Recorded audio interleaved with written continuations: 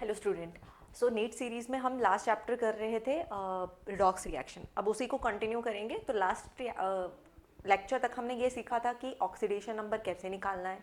ठीक है, आज हम ऑक्सीडेशन नंबर से स्टार्ट करेंगे। बस ये देखेंगे कि एक्सेप्शनल ऑक्सीडेशन नंबर क्या है, या जो लास्ट क्लास तक हमने ऑक्सीडेशन नंबर निकाल लिए थे वो हमारे पास प्लस में माइनस में नंबर आ रहे थे, जैसे 1 हो गया, 2 हो गया। अगर हमारे पास फ्रैक्शन में ऑक्सीडेशन नंबर आ जाता है तो उसका क्या मतलब है। ठीक है, और अगर उसी कंपाउंड में मुझे इंडिविजुअल एटम के ऊपर निकालना हो तो हम कैसे कैलकुलेट कर सकते हैं, वो सारा हम इस पार्ट में देखेंगे। ठीक है,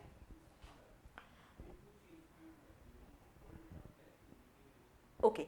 तो यहां से स्टार्ट है एक्सेप्शनल ऑक्सीडेशन नंबर। सबसे पहले है CrO5। ठीक है, हमें कैसे पता चलेगा कि ये ऑक्सीडेशन नंबर एक्सेप्शनल है या नहीं है, तो चेक करते हैं। पहले एक्स वाला फॉर्मूला से करते हैं। क्रोमियम के लिए निकालना था, एक्स आ गया +5 इंटू -2 इज इक्वल टू 0, क्योंकि ये पूरा न्यूट्रल है तो एक्स आ गया +10। अब पहला रूल यहाँ पे आता है। रूल मतलब मैं इस सेंस में बोल रही हूँ कि एक्सेप्शनल कब हमें पता चलेगा।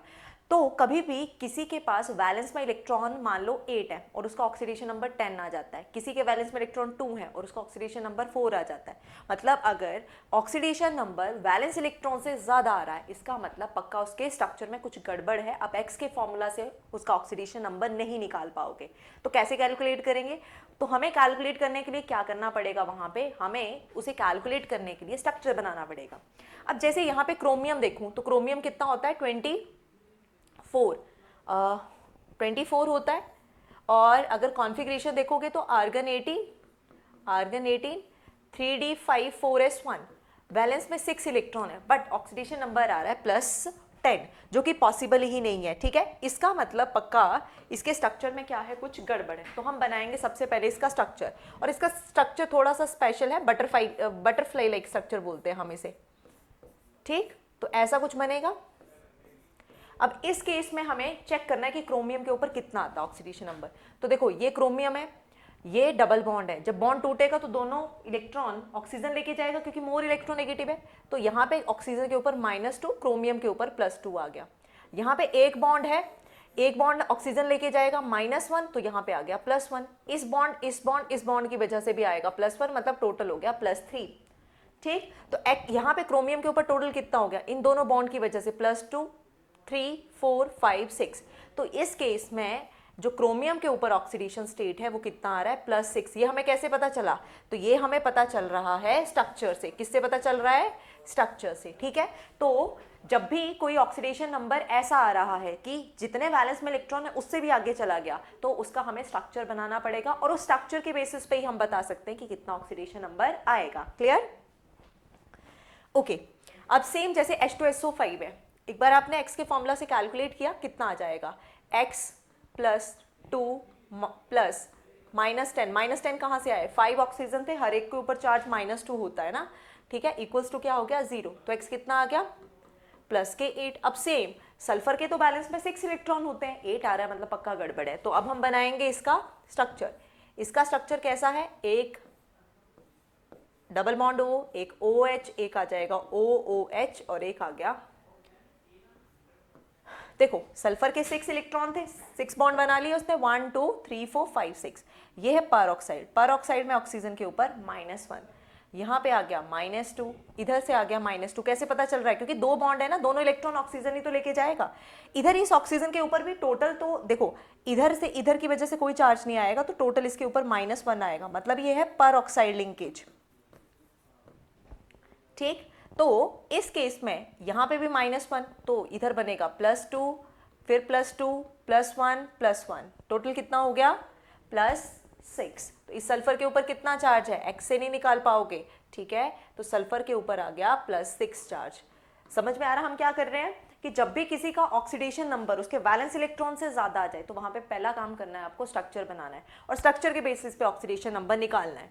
अब जैसे C3O2 है, अगर मैं इसके लिए निकाल लूं, कार्बन के लिए निकालना है, 3x ले लिया, ऑक्सीजन है 2 इंटू -2 इक्वल्स टू क्या हो गया 0, तो x कितना आ गया 4/3। अभी आ रहा फ्रैक्शन में। अब जैसे ये फ्रैक्शन में आया, मतलब ये मेरे पास एवरेज ऑक्सीडेशन नंबर है, ये इंडिविजुअल के ऊपर नहीं है। अगर मुझे इंडिविजुअल के ऊपर कैलकुलेट करना है तो मुझे इसका स्ट्रक्चर बनाना पड़ेगा, और अगर मैं इसका स्ट्रक्चर ड्रॉ करूं तो स्ट्रक्चर है कुछ इस तरह से, C double bond C double bond C double bond O और डबल बॉन्ड O।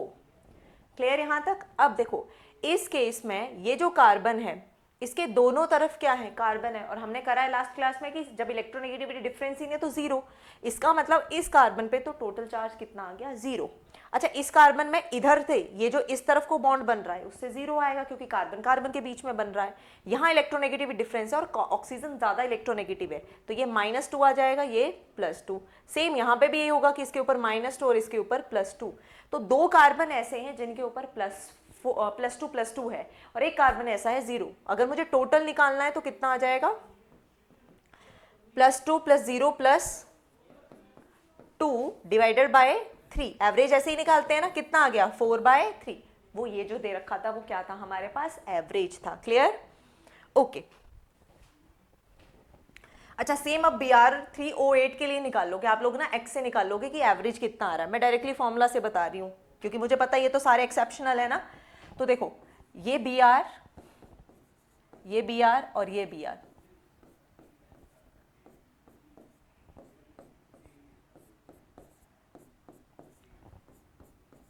अब हर एक ब्रोमीन के ऊपर अगर मैं निकालूं तो यहाँ पे ऑक्सीजन 3 है, दो दो बॉन्ड बना रहे हैं, दो दो इलेक्ट्रॉन हर एक ऑक्सीजन लेके जाएगी तो यहाँ पे आ गया +6। इस ब्रोमीन और इस ब्रोमीन की वजह से कोई चार्ज नहीं आएगा क्योंकि कोई इलेक्ट्रोनेगेटिविटी डिफरेंस ही नहीं है। बट इस ब्रोमीन के ऊपर इस ऑक्सीजन की वजह से +2 और नीचे वाली की वजह से भी +2, टोटल हो गया +4। इस ब्रोमीन पे फिर से क्या आ रहा है, +6। अच्छा ये समझ में आ रहा है ना, +6 कैसे ले रहे हैं, +2 कैसे ले, सिर्फ बॉन्ड देखने हैं। जितने बॉन्ड है जो ज्यादा इलेक्ट्रोनेगेटिव है वो इलेक्ट्रॉन लेके जाएगा, जो लेस इलेक्ट्रोनेगेटिव है उससे इलेक्ट्रॉन चले जाएंगे तो उसके ऊपर उतना पॉजिटिव दे दो।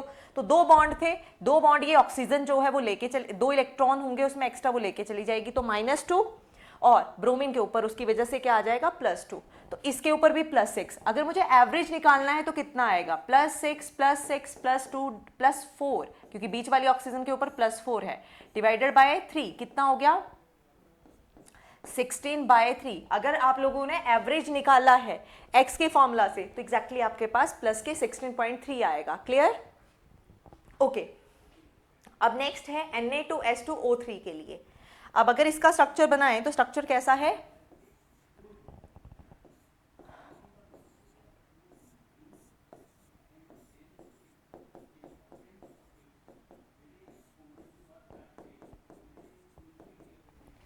ठीक। अब सल्फर के ऊपर निकालो तो यहां तो इस सल्फर के ऊपर कितना चार्ज आएगा, 0, क्योंकि वो सिर्फ एक ही सल्फर के साथ बॉन्ड बना रहा है और सेम इलेक्ट्रोनेगेटिविटी पे हम कोई भी चार्ज नहीं बता सकते, वहां पे चार्ज 0 आता है। ठीक है, वहां पे ऑक्सीडेशन नंबर 0 हो गया। इन सब में ये -2, ये एक ही बॉन्ड है तो ऑक्सीजन के ऊपर -1 आएगा, इसके ऊपर +1 हो जाएगा, +2 हो गया, और इधर भी कितना मिलेगा, +1। तो टोटल कितना चार्ज है इसके ऊपर, +4। एवरेज निकालोगे तो कितना आ जाएगा, +4 + 0/2, तो ये कितना होगा, 2। बट एक्चुअल में 2 नहीं है, 4 है। एक सल्फर के ऊपर 0 चार्ज और दूसरे सल्फर के ऊपर कितना आ जाएगा, एवरेज ऑक्सीडेशन नंबर, दूसरे वाले सल्फर के ऊपर +4 आ गया। क्लियर? ओके। वैसे अगर Na2S4O6 के लिए करें तो इसका स्ट्रक्चर कुछ ऐसा है।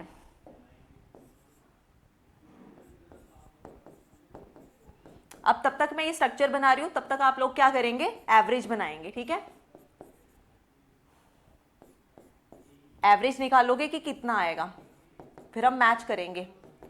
अब देखो, अब तुम्हें इतना तो क्लियर हो गया कि बीच वाला सल्फर सिर्फ सल्फर के साथ ही बॉन्ड बना रहा है, दोनों सल्फर दोनों तरफ, तो इसके ऊपर चार्ज कितना होगा, 0 और 0। अब साइड वाले पे आ जाओ, ये एक बॉन्ड है +1, ये दो बॉन्ड है, 2 इलेक्ट्रॉन +2, और नीचे वाले की तरफ से भी कितना आ गया, +2, तो इसके ऊपर कितना हो गया, +5, और +5 भी कितना है, इस तरफ है। एवरेज निकालोगे तो कितना हो जाएगा, देखो, एक सल्फर +5 का, दो सल्फर 0 के, एक सल्फर +5 का, डिवाइडेड बाय 4 हो गया 10/4, तो ये बन गया 2.5। क्लियर? ठीक है, 2.5। तो Na2S4O6 का कितना आ जाएगा, 2.5। तो इस केस में हमारे पास आ गया एवरेज 2.5, और इंडिविजुअल का निकालना है तो दो सल्फर के ऊपर 0 है और दो सल्फर के ऊपर +5 है। ठीक है, ओके। अब नेक्स्ट है H2S2O8। ठीक, मैं नीचे बना देती हूं, यहां पे H2S2 O8। अब इसमें क्या बनता है, यहां डबल बॉन्ड, यहां एक OH क्योंकि 2 H हैं,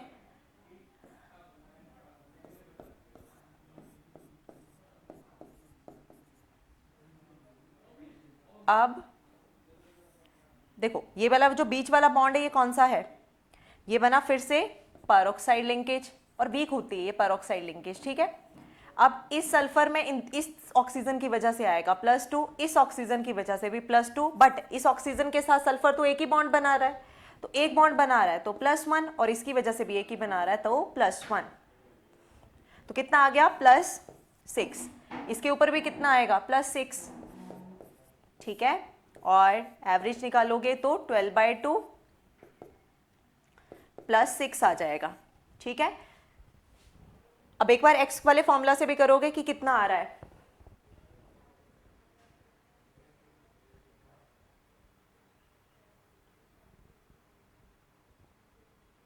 अगर मैं x वाले फॉर्मूला से करती तो 2x आता, 216 और 214। देखो अगर मैं x वाले फॉर्मूला से करती तो हाइड्रोजन का 2, सल्फर का 2x, ऑक्सीजन का 8 × -2 = 0, तो 2x कितना हो गया प्लस के 14, x कितना हो गया प्लस का 7, जो कि पॉसिबल ही नहीं है, ठीक है, नहीं है ना पॉसिबल। क्यों नहीं आ रहा है ये, क्योंकि यहाँ पे जो ऑक्सीजन है, यहाँ पे एक ऑक्सीजन, दो, एक भी नहीं 2 ऑक्सीजन बोलोगी जिसके ऊपर -1 चार्ज है, जबकि हमने हर एक ऑक्सीजन के ऊपर कितना लिया है -2, ठीक है।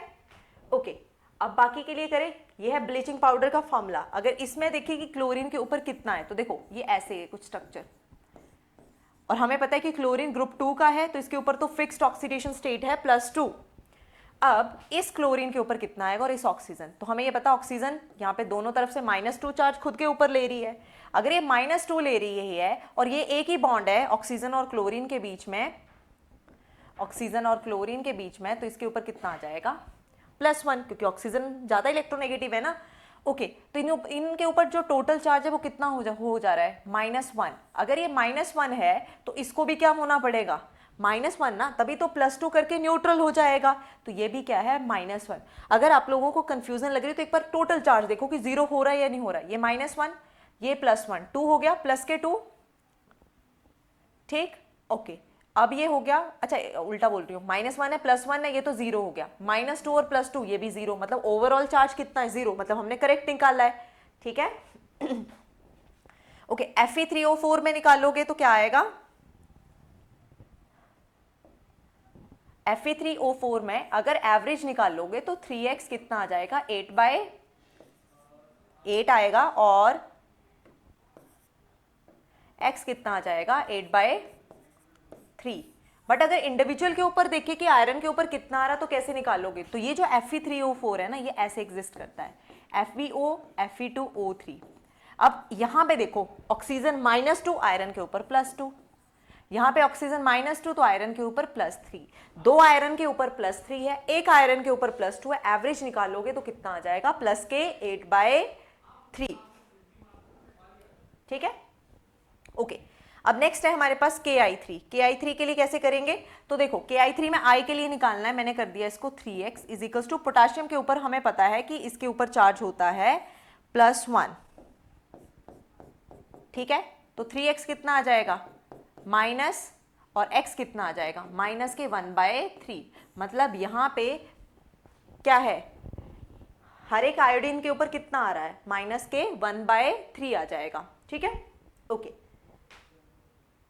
तो ये हमारे पास क्या थे, एक्सेप्शनल थे, मतलब जो x वाले फॉर्मूला से हमने लास्ट क्लास में इतने क्वेश्चन करे, उनसे जो x की वैल्यू आ रही थी उसमें कोई एरर नहीं था, वैसे हम सबके लिए निकालते गए। बट ये वो क्वेश्चंस है जहां पे x के फॉर्मूला से जब आप कैलकुलेट करोगे ऑक्सीडेशन नंबर तो वो करेक्ट नहीं आएगा, और उसकी वजह है फर्स्ट कि अगर किसी की ऑक्सीडेशन नंबर उसके वैलेंस इलेक्ट्रॉन से ज्यादा आती है तो पक्का कुछ ना कुछ गड़बड़ है, और ये गड़बड़ अराइज हो रही है, कहीं आपको पेरोक्साइड लिंकेज मिल रही है कि ऑक्सीजन है पेरोक्साइड का बॉन्ड बना रहा है, हम उसमें ऑक्सीजन का चार्ज लेके ही -2 चल रहे थे, जबकि पेरोक्साइड के ऊपर -1 होता है, तो वहां से क्या आ रहा था, चेंज आ रहा है, ठीक है। तो ये आपके पास मोस्टली सारे के सारे कवर हो चुके हैं जिनमें एक्सेप्शनल देखने को मिलेगा। फिर भी इसके अलावा अगर आपको कोई दिखता है तो आपने ये चीज ध्यान रखनी है कि किसी का भी ऑक्सीडेशन नंबर उसके वैलेंस इलेक्ट्रॉन से ज्यादा नहीं हो सकता, क्योंकि आप ऐसा थोड़े नोबल गैसेस से भी इलेक्ट्रॉन निकाल लोगे, ठीक है। तो कभी भी किसी का ऑक्सीडेशन नंबर उसके वैलेंस इलेक्ट्रॉन से ज्यादा आ रहा है तो एक बार उसका स्ट्रक्चर बनाना है और स्ट्रक्चर्स बना के चेक करना है कि उस एटम के ऊपर जिसके लिए आपको चेक करना है उसके ऊपर कितना चार्ज आ रहा है। क्लियर? ओके ठीक। अब इसी से रिलेटेड और क्या क्वेश्चन पूछता है कि ऑक्सीडाइजिंग एजेंट पूछ लिया, रिड्यूसिंग एजेंट पूछ लिया, वो हम कैसे करेंगे? ठीक है। तो सबसे पहले अगर बात करें ऑक्सीडाइजिंग एजेंट की, ऑक्सीडाइजिंग एजेंट किसे बोला जाता है? जो सेल्फ करता है रिडक्शन, जो अपनी क्या करेगा? रिडक्शन करेगा, सेल्फ रिडक्शन। और दूसरों की क्या करेगा? ऑक्सीडेशन। और जो दूसरों की ऑक्सीडेशन करता है उसे ही ऑक्सीडाइजिंग एजेंट बोलते हैं। अगर रिड्यूसिंग एजेंट की बात करो तो वो करता है सेल्फ ऑक्सीडेशन, सेल्फ ऑक्सीडेशन। अपनी करेगा ऑक्सीडेशन और दूसरों की करेगा रिडक्शन। अदर्स की क्या करता है? Reduction, others reduction. ठीक है, इसलिए क्या बन जाता है? Reducing agent. अब ना कई बार क्या करता है, क्वेश्चन में लिख के दे देता है कि आपके पास है HNO3 और HNO2, बताओ कौन ऑक्सीडाइजिंग एजेंट एक्ट करेगा और कौन रिड्यूसिंग। तो इसके लिए क्या करना है? सेंट्रल एटम का ऑक्सीडेशन नंबर निकालना है। चलो दोनों के लिए निकालो। तो इसमें नाइट्रोजन +5 और इसमें नाइट्रोजन, अच्छा ये HNO2 है, +3। अब मुझे बताओ नाइट्रोजन की मैक्सिमम ऑक्सीडेशन स्टेट क्या है? +5, उसके बैलेंस में 5 इलेक्ट्रॉन होते हैं। तो मतलब ये और इलेक्ट्रॉन लूज नहीं कर सकता क्योंकि ये तो मैक्सिमम ऑक्सीडेशन स्टेट पे है ना अपनी। तो जब भी कोई सेंट्रल एटम अपनी मैक्सिमम ऑक्सीडेशन स्टेट पे हो उसके पास एक ही काम है कि वो रिड्यूस हो सकता है। और अगर वो अपनी सेल्फ रिडक्शन करेगा तो कौन सा एजेंट बनेगा? अपनी रिडक्शन कर रहा है तो ऑक्सीडाइजिंग एजेंट बनेगा। क्लियर?